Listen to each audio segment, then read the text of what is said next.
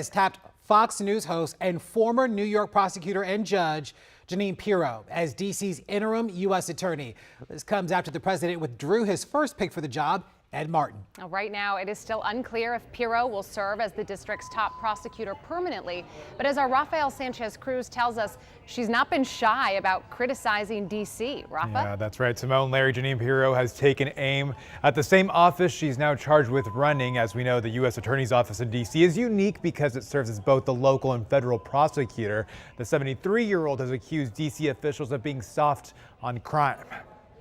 Would you say there's a crime problem in D.C.? Well, it's a question Jeanine Pirro will have to answer as she serves as D.C.'s interim U.S. attorney. On social media, President Donald Trump calling his longtime ally a, quote, powerful crusader for victims of crime, and noted she served as a Republican district attorney in Westchester, New York, as well as a judge. I've spent 30 years watching a society that takes the side of the criminal. That's what Pirro said just last week about the case of Gilmar Abrego Garcia, the Maryland father deported to El Salvador by mistake. But the Fox News host has also taken issue with the crime and prosecution in the district. Here's a clip of the show The Five from March 2023, following D.C. Council Chairman Phil Mendelson's testimony before Congress. When it comes to crime, how people feel is important, but there is not a crime crisis in Washington, D.C.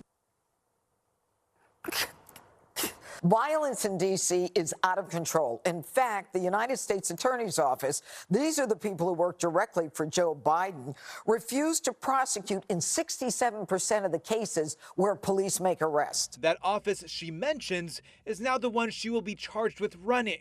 Later that year, she said this about the string of robberies that left shelves empty in the district. We're living in a third world country right now where we have to pick up toilet tissue based on a photograph because everything's locked up. We'll look to see who the interim is. Mayor Muriel Bowser has not been spared. There is a Democratic mayor in D.C.